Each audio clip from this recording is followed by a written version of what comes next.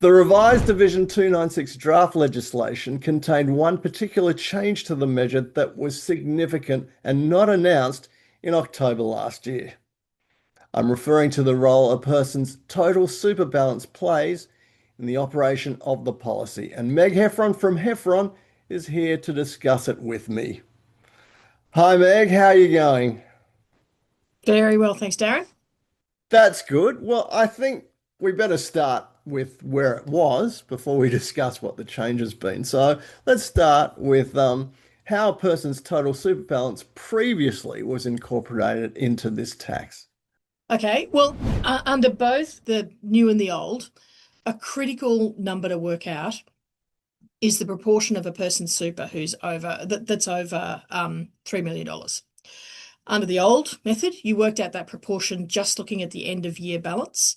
Under the new, you look at both beginning and end of year, and you take whichever one is bigger. There's a carve out for the very first year, so 2026, 2027.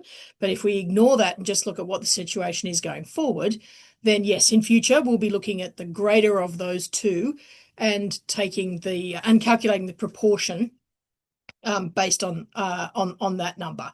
And that's really significant because the proportion drives how much of an individual's super fund earnings gets subject to the Division 296 tax. So yes, we're in a slightly different world now. So does that mean, so what happens if you're over the $3 million threshold, but then in the following, so by 30th of June you're under, at the 1st of July you're over. In the subsequent year, if you stay under, does that mean that you won't qualify anymore? Yeah, so a couple of things. If you start above and go under during that year, you'll still end up paying Division 296 tax. The following year, when you start under and you don't get back up again, you're fine. You're not in Division 296 tax territory. But if you did get back up again, this sounds like a song, doesn't it? You would be subject to Division 296 tax again. Look, for most people, it doesn't matter because for most people, super sort of tends to go up over time. And so the greater of the two is the end of year balance, which is kind of where we were to begin with. The people I think that are most smacked around by this are, you take somebody who has a short-term spike in value on the 30th of June. And that never eventuates really. There's a particular asset that's gone way up in value. They've got a very high balance, and then it drops again. And so that short term, that high balance at 30 June was temporary. Once we're beyond the first year, that little peak will catch them twice. Because if you think about it, in the first year, the greater of the two total super balances is going to be the one at the end of the year. And in the second year, it'll be the one at the beginning of the year. So we're catching that little peak twice. Now, that's not something that happens to everybody every year. So we probably should be, cautious about emphasizing that as too much of a downside. But personally, I think the bigger thing is the fact that the whole definition of earnings has changed. The thing we tax has changed, and it's no longer unrealized capital gains. I think that's a great thing. But yeah, we have had a sting in the tail with this almost two bites of the cherry, if you like, when clients do have a sort of temporary spike in their total super balance. Now, up until now, Meg, there's been a lot of discussion, obviously, about how to manage your superannuation account so that you don't get caught out by this tax measure. But a lot of those strategies are no longer really relevant now, are they, with this change? No, we'll have to think about it totally differently. So a lot that was doing the rounds last time was, oh look, make sure you've got under 3 million at the end of the year, and then that's it. You avoid Division 296 tax for that year. And so the classic might have been you had like I was talking before, a big spike in your in your super fund balance during the year, and previously all of that was going to be taxed whether, or a proportion of that was going to be taxed whether you sold the asset or not, because the tax applied to unrealized gains. And so the strategy was, we'll make sure you get under 3 million by the end of the year. Now, if you were over 3 million at the start of the year, you'll still be subject to Division 296 tax. So you won't be able to avoid it by taking money out just before the end of the year. I guess I was trying to work out what the logic for this was. So I may be clutching at straws here, but I'm thinking previously the government, if we ignore the first year again and we just look at how this looks over time, previously the government, if you think about it, was taxing unrealized capital gains. So as someone's super balance went up and up and up, they were getting their share along the way. What's happening now is we're only taxing actual capital gains. And so I guess what they're thinking is you might have years and years and years where there's no capital gains, only income is being taxed, your balance is going up and up and up, then you sell everything.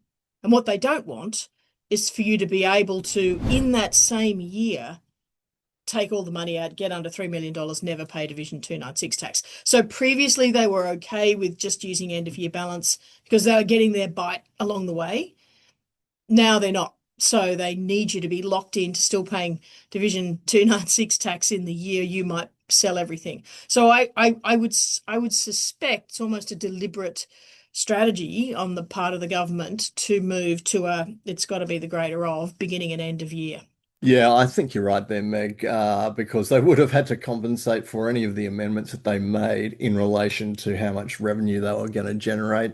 Could explain the second threshold as well. I'm not sure about that, but I'm certain there's some logic behind what you just said. A lot to debate, obviously, still, but were there any other surprises in the new draft legislation that you saw? Well, I hadn't expected the second threshold, the $10 million. We did get indexation, which was pleasing. Um, in terms of other surprises, I must admit I was obviously very hopeful there would be that CGT relief that there is. I wasn't entirely sure there would be, although, early days after the announcement that was announced that would factor in. But that was that was a big relief. I think it was if we didn't have that relief, I think it almost might have been a case for the people already in the system.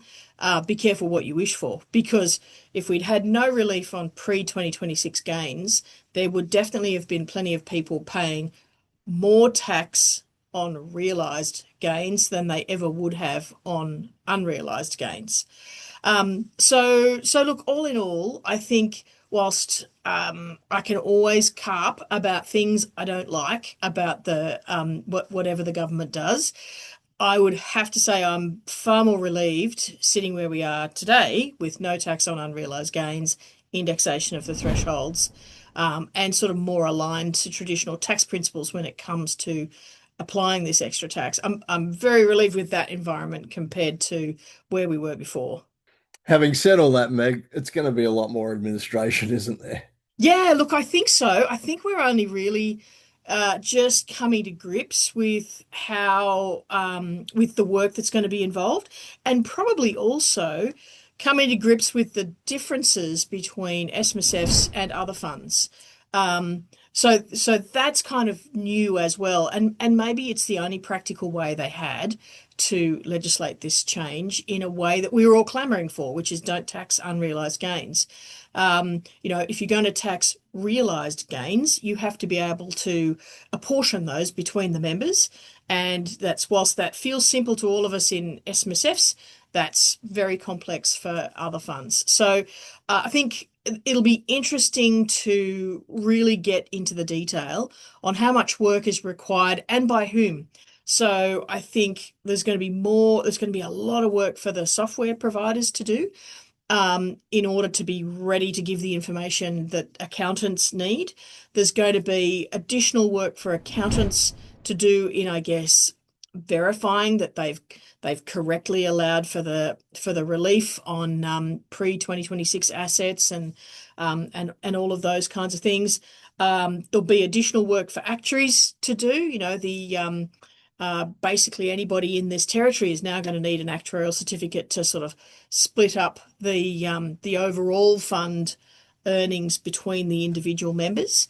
And I guess inevitably there's more work for the tax office to do. I think one of the common criticisms of this tax is that it requires a disproportionate, even the either the new or the old method required a disproportionate amount of effort given the amount of tax that's going to be collected. And we've talked about this before, Darren. I have a strong view that there were better ways, but given this is where we are, I guess we'll just need to work out what the work is and get on with it. Okay, thank you very much for providing those insights for us today, Meg. Always a pleasure.